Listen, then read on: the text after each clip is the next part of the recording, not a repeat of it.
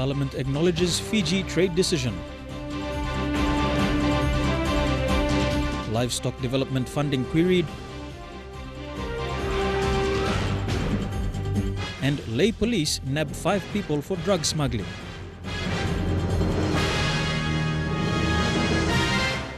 This is National EMTV News with Miriba Tulo. Good evening. Thank you for joining us for Thursday's news. Parliament today acknowledged Fiji's official announcement to receive commercial quantities of PNG products. Trade Minister Richard Maru said he received the official notice of this development this morning.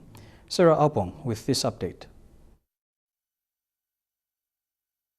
Earlier this month, Trade Minister Richard Maru took a strong stand against Fiji for not allowing commercial quantities of oxen palm, trukai rice and Lae biscuit to enter Fiji markets. Initially, his Fijian counterpart, Fayez Koya, said Fiji would not back down on their position.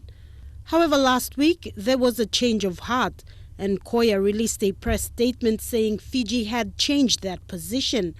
This morning I received an official letter from the Trade Minister of Fiji, dated the 23rd of March, confirming that Fiji has now lifted the ban on our imports of oxen palm, rice, and biscuits.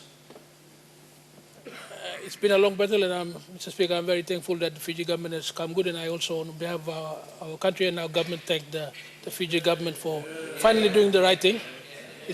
We've been trying for 15 years, so it's been a long time coming, and I'm extremely grateful that they have come good, and I will write to them and officially thank them for that decision.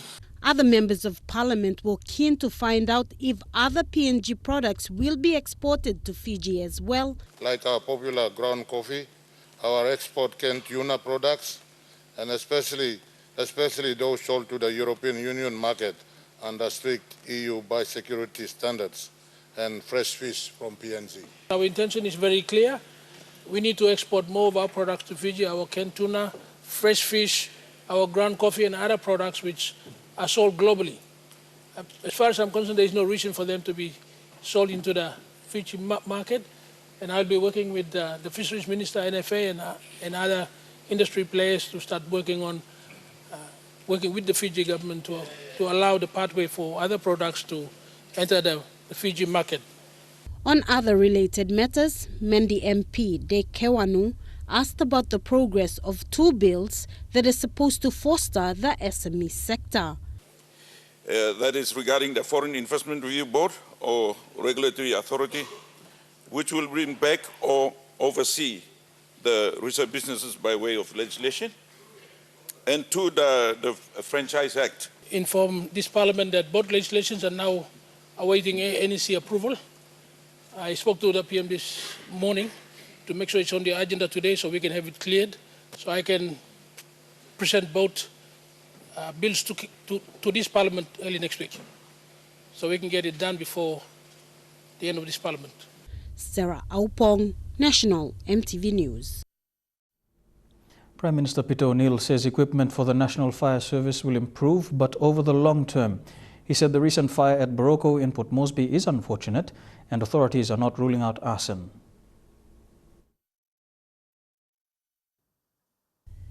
Day 2 of the March session opened with questions regarding the capabilities of the PNG Fire Service.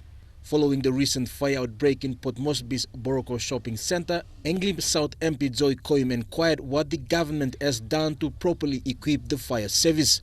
This as a government me, like ask him, what state of readiness along this situation. Prime Minister Peter O'Neill responded stating the government has not overlooked the fire service department but has plans to fully equip it.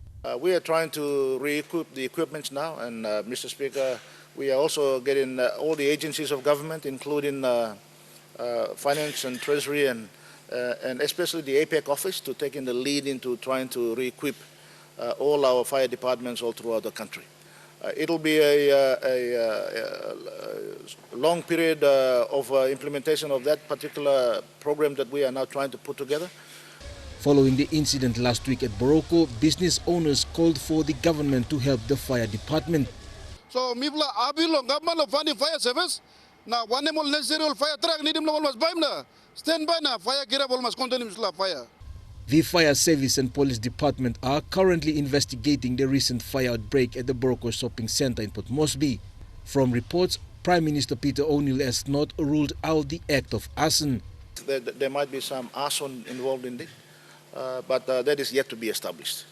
If it's caused by, of course, electrical fault or fire in the kitchen or whatever the cause of the fire that is related to the business, the operations of the business, I'm certain that there is a sufficient insurance cover that will be able to cater for the payment of those who suffered some losses. Investigations into the Boroko fire are underway. Jack Lapave Jr. National EMTV News. Lae MP Lujaya Koza says there is a court order directing the Health Department to pay more than 250,000 kina in entitlements to a former Angau cancer specialist. The member asked the Health Minister why the process of paying the former specialist is taking too long. The Minister says he wasn't aware of any court orders directing the Health Department to pay any specialist. Bethany Harriman with this report. In the name of the Father, and of the Son, and of the Holy Spirit. It has been 2 months and there is still no cancer specialist at Angau. There are 3 doctors expected to enter the country soon, but the old one still needs his entitlements paid. A court order has directed the Health Department to pay him more than 250,000 kina. Dr. John Niblett has offered to do a locum on the cancer patients that are waiting in limbo. Today in Parliament, Lae MP Lujaya Koza asked the Health Minister about the delay in making the payment to former specialist Dr. John Niblett. Please, Health Minister, tell me how you've been working now to fast-track, alleviate this humanitarian case, and or while he's still waiting to be attended to, what do you say about the locum? Minister Malabag told Parliament that he wasn't aware of any court order. If there is a court order in place, I am not aware of that. I shall immediately after this talk to my health secretary on this particular issue on this. The fate of cancer patients now rests on the Health Department and its bureaucracy. EMTV has been following the Angau issue for some time now, and if there is one thing that is changing, it is the number of cancer patients dying while awaiting treatment continues to rise. Bethany Harriman, National EMTV News. Member for Kerawagi, Kamilus Dangma, asked about the status of the Livestock Development Corporation. He claims there was no relevant government body to manage the assistance secured from the Innovation Fund for Agricultural Transformation. Mr. Dangma asked the minister responsible, Tommy Tomskol, to explain the function of the Livestock Development Corporation in this regard. The member for Kerawagi was upset about using his district's money in vain to secure funding from the Innovation Funds for Agricultural Transformation, or IFAT. He said an abattoir is sitting idle in Kerawagi while the funds from IFAT are being used by the Fresh Produce Development Authority. He demanded an explanation as to the role of the Livestock Development Corporation. This is a Livestock Development Corporation, stop. So I'm making one now. This is a Livestock Development Corporation stop where? Now I got one kind position bang stop. In our talk out this country can arema because livestock big industry or this country. Minister for Agriculture and Livestock Tommy Tomskol explained that the Livestock Development Corporation is a company owned by the state, but for years its operations have not been funded by the national budget. The operations of LDC is not funded under budget. LDC as a company has no assets. They do not own any assets. They operate on land that is under CAO to the Department of Agriculture. And they operate the abattoir, so those smallholders, pig farmers and cattle farmers that use the abattoir pay a fee for operating. Unfortunately, they do not pay economic fees, they pay a social fee, so the fees collected for operating is lower than what is and would be economically viable. Mr. Tomskol also explained that the 30 million kina funding from IFAT is a result of consultation with government agencies, including Treasury, Planning and DAL. It was a combined decision that the money be used by the Fresh Produce Development Authority. That money is money from IFAD, and IFAD has the final and full authority to decide who it wants to work with and what it wants to fund.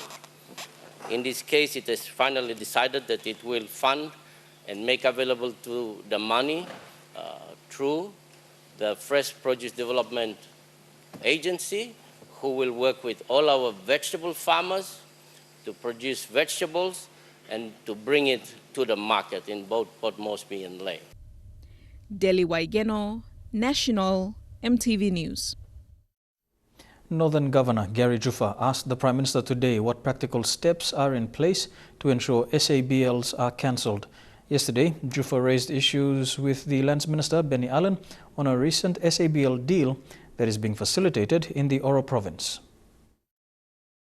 Rather than just the commitment, the actuality also prevailed. And the companies and individuals who are unlawfully occupying land belonging to Papua New Guineans as exposed by the SABL inquiry, so that they may be attended to, dealt with or evicted if they are failing to comply.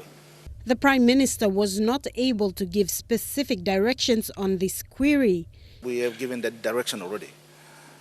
How the officials implement it, they must conform to the legislations and the laws that regulate all these issues in lands and all the other related agencies of government. In a supplementary question, Anglim South Wagi MP Joe Coim asked what has happened to officers who have collaborated in abusing government system. The department, through their process, I think the employees and people who are collaborating in the system, how can we address this one? Any member who is abusing their position in the public service, and particularly in reference to the Lands Department, are being suspended or terminated as allegations come forward.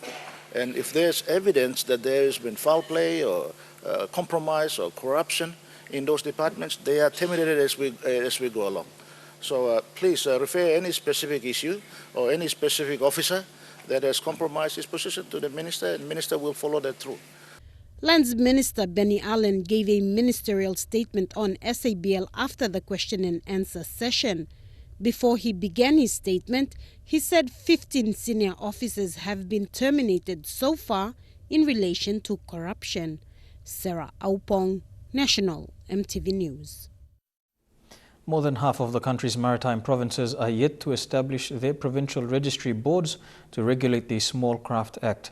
Transport Minister Malakai Tabar says this delay has seen many operators ignoring the act. The Transport Minister was responding to questions by Ijivitari MP David Arore. Following a recent boat mishap between Tufi and Oro Bay in Northern Province, Ivijitari MP David Arore questioned the implementation of the Small Craft Act in the country. Minister, what is your policy? What is the department's policy on small crafts in the country, especially the dinghies that we have that are running around on in our waters, because a lot of them are overloaded with goods, with cement bags. This one had about 15 cement bags on. The Small Craft Act 2011 was passed in Parliament last year but has taken slow progress in the maritime provinces. Minister responsible Malakai Tabar says this has affected the implementation of the Act. The provincial governments must effectively have a board, and they must be able to help coordinate the Small Craft Act in those provinces. According to Minister Tabar, a majority of maritime provinces are yet to establish small craft registration boards. These boards will drive and make sure boat operators abide by the Small Craft Act. A lot of the provinces, I'll say this, Mr. Speaker, have not done enough or have not done anything. According to National Maritime Safety Authority, trainings have been carried out in Milne Bay, Manus, Morobe and New Island. But yes, this is a major outstanding issue for Papua New Guinea, all of Papua New Guinea, especially the 14, 15 maritime provinces. We need to work on this. We need to make sure we get this right. Thank you, Mr. Speaker. NMSA is also making a strong call to maritime provinces to fast-track this process so the act can be enforced. Jack Lopave Jr., National MTV News. You're with National MTV News. The day's other stories after the break. Stay with us.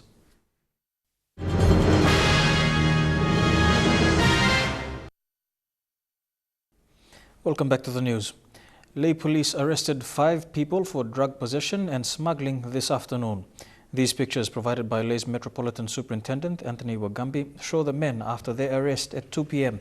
They were trying to smuggle the drugs to West New Britain province.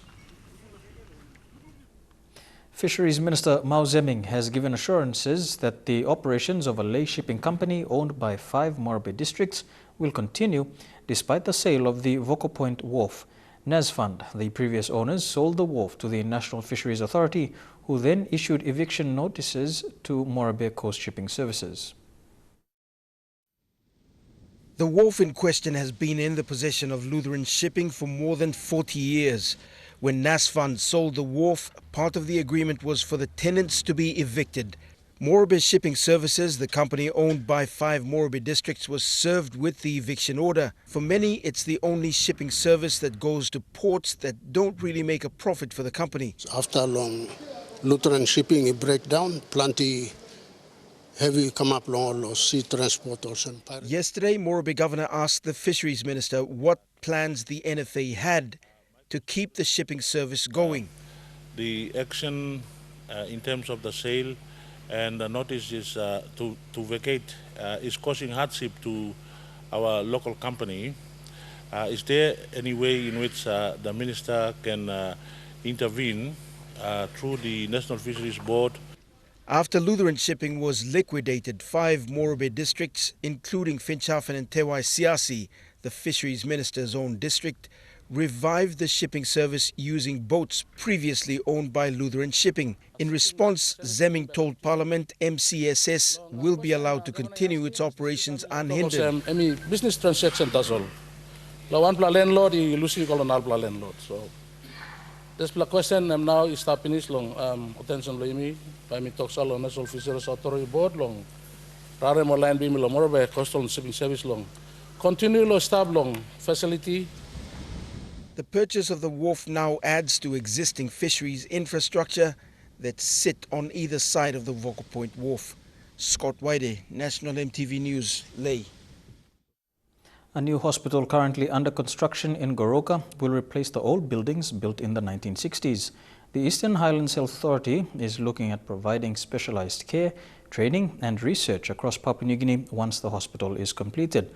The project is funded by the PNG government in partnership with the Czech Republic. The new hospital will provide a specialized care and management for the Eastern Highlands and the rest of PNG. It will also be the surgical and diagnostic center. The Eastern Highlands Health Authority will also train medical officers. I think we have this infrastructure will cater for specialized care. Well, the other part of it, the district level, which is the infrastructure part of it, supported by ATP and the government of PNG, through the community health, through the rural primary health service delivery project, which is building up of community aid posts, will cater for our integrated, comprehensive integrated primary health care. And then we have the model of clinical rural outreach that will link up all these services. This new development will also improve the status of the Eastern Highlands Provincial Hospital. The Provincial Health Authority will also get specialized doctors to work in the new hospital. All the specialists shouldn't be based only in Port Moresby, which is very inaccessible for majority of our population to access this specialized care. So with this intervention, I think people of the Highlands region, and Moma said the most, can have a very high quality medical services accessible. The Provincial Health Authority says a plan is in place to increase the number of people who work there. The facilities that are coming up, we are preparing our restructure to support with our manpower. The project started in March 2016 and is expected to be completed in early 2018. Vamed Health Project Construction Site Manager says work should be completed before May 2017. Training of local medical staff on medical equipment will begin in May. Martha Louise, National EMTV News, Lae. Air Niugini is to launch its direct service to Townsville tomorrow. The inaugural flight to Townsville leaves Jackson's International Airport in Port Moresby at 10 o'clock in the morning and will have on board a large delegation of business and government officials. The direct flight service has been promoted as an opportunity to boost more business between Port Moresby and Townsville. The flight will be welcomed in Townsville with a traditional hose down after it lands. Prime Minister Peter O'Neill, who will be officiating at the event, is also expected to do the coin toss at the start of tomorrow night's NRL match between the North Queensland Cowboys and the South Sydney Rabbitohs. The Youth with a Mission medical ship has welcomed Air Niugini's direct flights from Port Moresby to Townsville that will commence tomorrow. The direct flight will ensure the medical ship, based in Townsville, can bring volunteers from Australia to continue their medical outreaches. Since 2010, the medical ship has provided 120,000 healthcare services to remote rural areas in Papua New Guinea. They believe this will further strengthen the bond between the two cities. A special event was held last night to celebrate the launching of the new Air Niugini route. On board the medical ship, we were celebrating the launch of the new flights between Townsville and Port Moresby that Air Niugini will be starting on Friday. So tonight we had a delegation from Townsville and a range of different businessmen from here in Port Moresby, Air Niugini, YWAM volunteers that came together to celebrate the launch of these new flights. We at Air Niugini appreciate this great support, and we look forward to developing a strong and wide-ranging relationship between the communities, the businesses, and worthy causes such as YWAM in the future. YWAM will be one of the greatest beneficiaries from the twice-weekly service we will inaugurate on Friday. The Youth with a Mission medical ship will extend its services to West New Britain. This follows a funding of $500,000 kina by the West New Britain provincial government today. West New Britain Governor Sasindran Muthuvel says the health services will target remote coastal communities.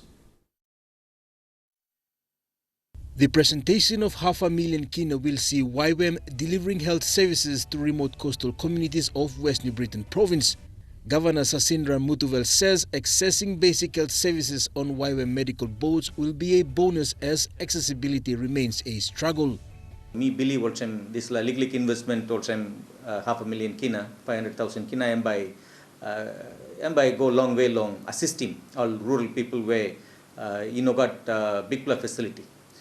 There are 4 major state-of-the-art health facilities being built in Kove, Bali and Gasmata under a partnership with Asian Development Bank. However, Governor Muthuvel says YWAM's partnership will serve the people for the next 5 months.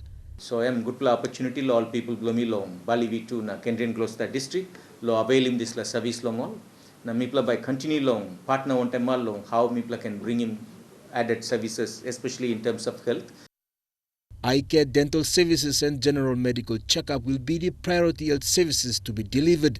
This will also be the first trip for YWAM medical ships to the waters of West New Britain. Excited to be heading up to West New Britain soon with our vessel, the Pacific Link. And so we'd like to thank the Governor for his contribution towards that. That will assist us in our operations as we go. And with more plans to extend health services to remote coastal PNG communities, YWAM is adding more boats to its existing fleet. Jack Lapave Jr. National EMTV News. The PNG Defence Force at Igam Barracks is undergoing 3 weeks training in preparation for the national election and APEC in 2018. The engineering battalion of the PNGDF is focusing on upgrading their physical and mental skills. The 3-week training includes theory, practice and range practice, where the soldiers familiarize themselves on weapon safety and handling. The soldiers will end the training tomorrow and prepare for their postings to respective provinces. And now a look at the finance news. The kina closed unchanged at $0.3145 in the interbank market. At Bank South Pacific, your kina was buying $0.3070 $0.3978 Australian dollars, €0.2831 and 33.83 Japanese yen. Looking at commodity prices at New York close, coffee and copper closed higher, while gold and cocoa closed the day lower. Crude oil and copper closed higher, while palm oil closed the day lower. And on the stock markets, the Dow Jones closed 42 points higher, the ASX closed 22 points higher, and the All Ordinaries closed 21 points higher. Foreign Affairs Minister Rimbing Pato officially announces pathways for dual citizenship. That story and more after the break.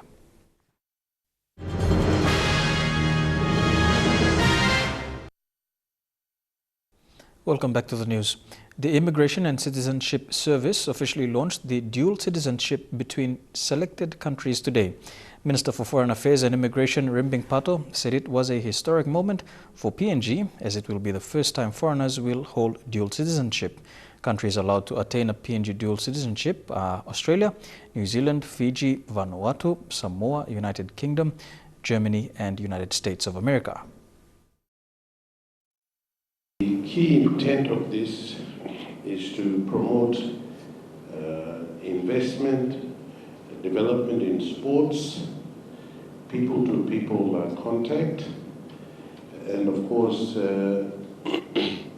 more importantly, the promotion of prosperity of our country and a better quality of life if we can optimize the opportunity and the process of dual citizenship, the pathway for which I'm launching it today. There is a very significant interest. Papua New Guinea is modernizing. We are in a globalization age. People are moving, settling in different parts of the world. They are working, residing, and there is a lot of interest in this process. And I think it's timely for Papua New Guinea to embrace dual citizenship. After getting grilled at a recent forum hosted by a think tank, Pangu Party has clarified main areas of their policies. Pangu says a clear understanding of the country's cash flow will determine how much money will be spent in priority areas. Pangu's advisor says any government after the current regime will have to manage debt levels before spending. Bethany Harriman with this report. A month away from elections, the Pangu Party is not in a rush to spell out their policy plans if they form government. Pangu's policy advisor Dulciana Sumaru Bresh only pointed out that priority areas are infrastructure that will bring in money for the economy. Main economical corridors which bring coffee, cocoa and other commodities will be on top of the list. In our structural reform agenda, we'd really like to look at assessing what economic and social outcomes are first. So we front load where we're going to get the best impact, so the biggest bang for our buck. So if we're going to build 12 bridges, it better be because it changes the amount of GDP. Pangu's parliamentary leader Sam Basil still stands by his word. They will invest into cocoa and coffee, but this time he didn't say how much money they will be spending. Instead, he told EMTV their policies are still on the drawing board. They need to understand where the country currently is financially. So nobody's telling us the truth, how deep is our debt level, because in order to formulate policies now and deliver them when we get into government, we have to know where our financial position is, because we can take the monetary value on our agriculture policy, on our law and order policy and strengthening of the local level government programs that Pangu Party believes in. Those are the fundamental aspects of knowing where the financial situation of this country. At the moment, we don't know where. But while that's Pangu's concern, just yesterday in Parliament, the Prime Minister said not to panic over debt levels. We are one of the lowest in terms of our debt levels compared to many of our friends within the region. So, Mr. Speaker, there is no need to panic. We need to continue to borrow money to build roads, build infrastructure, build schools, build hospitals. Pangu Party has been heavily criticized after a National Research Institute public forum for saying they'd spend 1 billion kina to develop the coffee industry into a ministry. The party leader has clarified that the executive who spoke at the event did not have the authority of the party to do so. Bethany Harriman, National EMTV News. The member for Goroka is calling on the next government formed after the elections to support the referendum for the autonomous region of Bougainville. He said they faced 32 years of suffering and lack of government services. His party has put the autonomous region as top priority should they form government. boats. Speaking at the New Generation Party convention, the emotional member and party leader, Kimisopa, said that for 32 years the people of Autonomous Region of Bougainville suffered as they were neglected of government services. They said they jumped on boats and dinghies and went across the Solomon Islands, one of the poorest countries on the planet. No got Kaikena, no got Sanga. And the Solomon Islanders looked after them. When the conflict was over, they came. Now you missed that away for 32 years. He questioned the party's nominees whether they understood what happened during the Bougainville crisis and how the PNG government owed so much to the Autonomous Region of Bougainville and yet neglected them. None of you here sitting in this room have any idea of what's going on in Bougainville. If you have no idea on what's going on in Bougainville, I suspect the members of parliament have no clue whatsoever what's going on. These kids have never been to school, never had a decent employment, only stuff of books, only stuff we go until now. As we talk about going to the election, trying to change this country to a better country, we discuss inflation, GDP, we talk about roads and bridges. These kids have never been to school, never had an opportunity in life, they've lost hope, and they have given up on Papua New Guinea. Kimisopa told his party that they would support the region when the referendum came about. If they wanted independence, they would gladly stand behind them.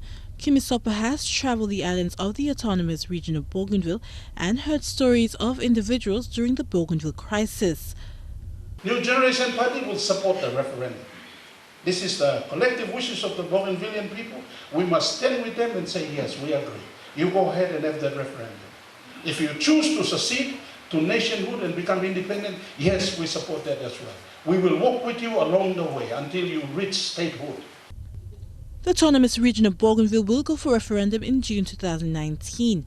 NGP says if they form government, this will be amongst their top agenda. Adelaide Siraks-Kari National, EMTV News, Goroka. The Waigani Committal Court has struck out the case involving businesswoman Janet Sios on technical grounds. This morning, Senior Magistrate John Kaumi ruled that the charges against Mrs. Sios be dropped and her bail money be refunded. Outside the court, Mrs. Sios told the media that she welcomed the court's decision and is ready to continue to do awareness on lifestyle diseases. This is a 3-year-old case dating back to 2015. Police allege that the accused used offensive words against another woman during a friendly conversation with a journalist in 2015. Mrs. Sios was arrested and charged for improperly using ICT services under the NICTA Act in 2015. And today I welcome the decision by the courts, and it's been sort of 5 months of intense going there and attending to the courts and following due process to clear my name. I have also won a case in which the same facts were used in the district court, the national court under the civil courts, and so this is the third case that I have to sort of win and prove to everyone that I am a person that, I have been cleared of all those things that they've said against me. Today, the courts struck out their case because of insufficient evidence. The court heard that Sios blamed the complainant for misadvising Prime Minister Peter O'Neill into not picking an organization for the Prime Minister's award. And we accept them into our country. I'm a citizen. I expected any foreigners that I deal with should have some respect for me and not put me through this kind of treatment, right? That's number one. Sios says it was unfortunate that the complainant did not attend any of the hearings since 2015. However, Sios is happy that the court ruled in her favor and plans to take actions against the journalist alleged to have been involved. For a journalist to do that, my trust on this journalist is gone. And I will be referring her to the Media Council on Tuesday because this should never happen again. A journalist, when we deal with journalists on a daily basis, we have your trust. And we know that whatever we give you is confidence. It was an inbox private conversation. I didn't expect someone to go and give it to someone else to use against me. Thakla Gunga, National EMTV News. Overseas, and the United Nations is investigating the death of 2 of its workers found in a shallow grave. The pair was looking into human rights files in the Democratic Republic of Congo when they disappeared. They had set out to investigate violence and human rights abuses in the Democratic Republic of Congo, but they became victims themselves. Members of a UN group of experts, American Michael Sharp and his Swedish colleague Zayda Catalan, were found in a shallow grave with their Congolese interpreter. They'd been missing for 2 weeks. Sharp had reportedly been working in the DRC for 5 years. Friends quoted as saying he worked to understand the local community, and they seemed to get him. Seen here giving a thumbs up to Congolese children. His colleague Zayda Catalan had worked for Sweden's Green Party before turning to issues in the West Bank, Afghanistan, and what would be her last assignment, the Democratic Republic of Congo. She and Sharp were investigating the Kasai Central Province, where a rebellion had been brewing against the Congolese government. Reuters reports these 8 mass graves recently discovered in Kasai offered the first glimpse of the scale of deaths in this region. The exact number of bodies in the graves, though, could not be determined. And this video surfaced just weeks ago. It appears to show Congolese soldiers shooting alleged militia members in Kasai. Congolese authorities say they are investigating, and they have arrested and charged 7 of their own soldiers. The region has also seen the recent beheading of dozens of police officers, authorities say, by rebels. This is a country larger than Western Europe that has long been riven by factions and militias fighting for power. Some 20,000 UN troops make up one of the world's largest peacekeeping forces here. But it has not been enough to stem the bloodshed. Now these 2 UN investigators are among the latest victims of a conflict they had hoped to end. Trukai Sports is next. Details after the break.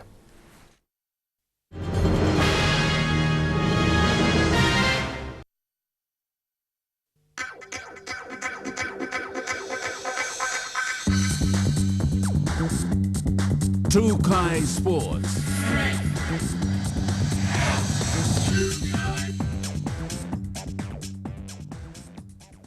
Welcome to Trukai Sports. To cricket, the Hebo PNG Barramundis will play their first one-day international match of the World Cricket League Championship Round 5 tomorrow against the United Arab Emirates. They have 3 ODIs, an Intercontinental Cup match and 3 2020 internationals to play before they conclude their tour. Former North Queensland Cowboys player Brent Tate arrived in the country yesterday to escort the Trukai management on their inaugural Air Niugini flight to Townsville. They will be leaving at 9:30 a.m. tomorrow from Port Moresby. Tate visited the National Football Stadium for a tour of the facilities and spoke to the hunters. They also spent time with the children from Life Care PNG. Part of our relationship with Trukai is that we get the opportunity to be able to come up here and spend some time within the community, and it's great for us today to run a bit of a fun clinic and to see some of the skills of the youngsters. It blows me away actually to see how skillful these young kids are. He says the inaugural flight to Townsville is a big bonus for both the people of Townsville and Port Moresby. For us in Townsville as well to have that direct link back here to Port Moresby now. So with Air Niugini, we're very excited to be on the inaugural flight tomorrow. So for us and our relationship with Trukai, it's very exciting. Tate says this can now see him visit PNG more often. Obviously, we've got a lot of close ties with the rugby league community, with the Cowboys and up here in Port Moresby, and so look, it's something that we're pretty excited about. He says rugby league has changed tremendously in Papua New Guinea, and with the inclusion of the SP PNG Hunters in the ISC competition, this will help the growth of the sport in the country. The Hunters can, or PNG Rugby League can continue to grow through the youngsters, through having a 16s and 18s and potentially having an under-20s program. I think it gives a real pathway for these kids to end up, playing for the Hunters or one day in the NRL. So that needs to be that investment that keeps going, but certainly on the right track. Elijah Levet, National EMTV Sports. Papua New Guinea is 6 months away from co-hosting the Rugby League World Cup 2017 at the National Football Stadium. According to the PNG RFL, preparation for both the men's and women's national teams are going well. The Kumuls' first match will be against the Cook Islands in May's Pacific Test, and even though they will be without 5 players who were involved in the team's victory over Fiji last year, they have enough equally capable players to field. So the depth of talent that we have available to pick from is better than what we've had in the last 40 years. So competition for sports is actually very high for the team, and that's a good headache for Coach Michael and the selectors to finalize the team before the Pacific Test. PNGRFL Chairman Sandy Saka says the local organizing committee is also prepared and have been meeting with the Rugby League World Cup committee. PNGRFL, the government, NCDC and the NRL are joint members.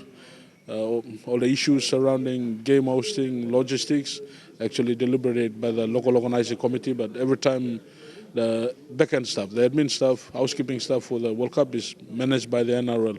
The women's national team have also started preparations after identifying a new coach. They will have lead-up matches in preparations to the World Cup. The Australian women's national team, the Jillaroos, will visit Papua New Guinea during the Prime Minister's 13th weekend to play the Rajianas. For the national women's team also, as you know, we've just appointed a coach. They're working with our national women's coordinator to develop a program. Going through the talent ID through our leagues. We'll be doing more with the Confederate Trials, national championships, and put the structures in place for basically the women's team. The Kumuls will play a few friendly matches as well before the World Cup. In terms of team competition, I think we have the May Test coming up in Campbelltown in May 6th, and then the PM's 13th. And we're also stitching in another Tri-Nations, which will be announced in the next 2 or 3 months. Elijah Levet, National EMTV Sports. Trukai Sports continues after the break. Stay with us.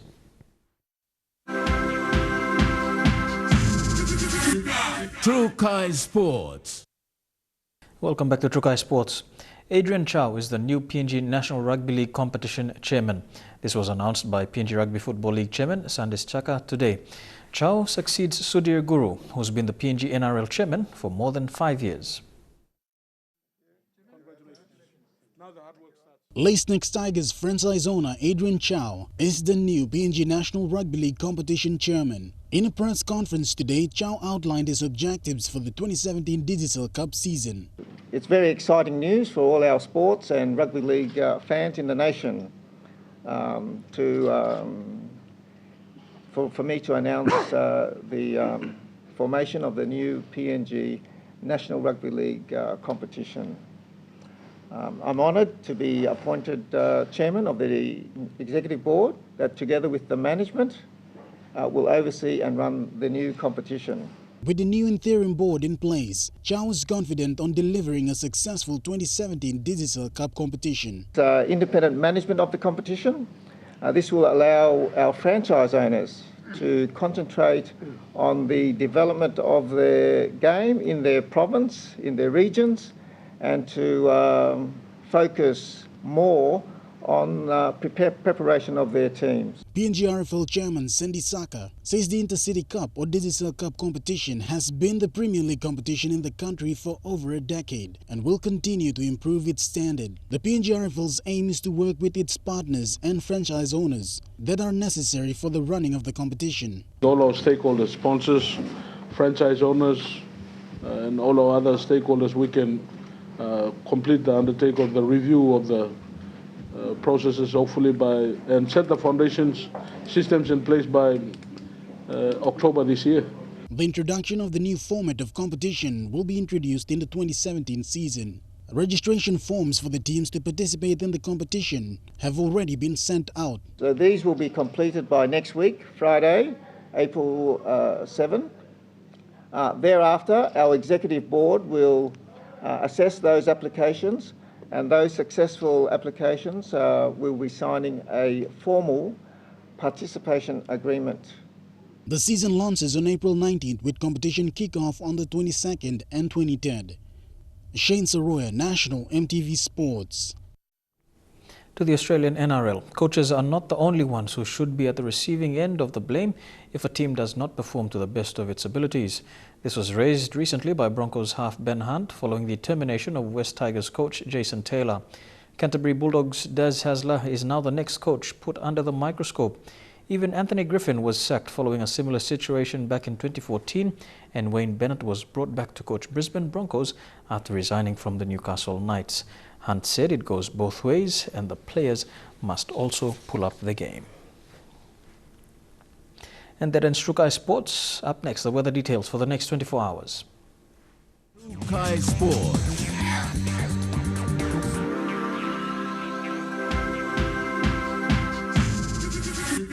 Trukai Sports.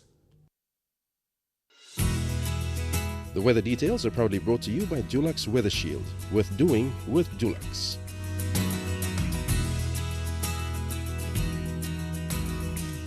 Here's a look at your weather for the next 24 hours. In the southern region, Port Moresby, Daru, Kerma, Alotau and Popondetta, a few showers. To the Mamasa region, thundery showers and rain expected in Lae, Wau, Madang, Wewak and Vanimo. To the New Guinea Islands region, Lorengau, Kavieng, Kokopo, Rabaul, Kimbe and Boka, rain and thundery showers. And in the Highlands region, Mount Hagen, Goroka, Kundiawa, Mendi and Wabeg, rain and showers over the next 24 hours. The weather details are proudly brought to you by Dulux Weather Shield. Worth doing with Dulux. And to end the news, a recap of our main stories tonight. Parliament acknowledges Fiji trade decision, livestock development funding queried, and Lae Police nab 5 people for drug smuggling. And that has been the news, sports and weather for tonight, Thursday the 30th of March 2017. On behalf of the EMTV News team, pleasant viewing. Good night.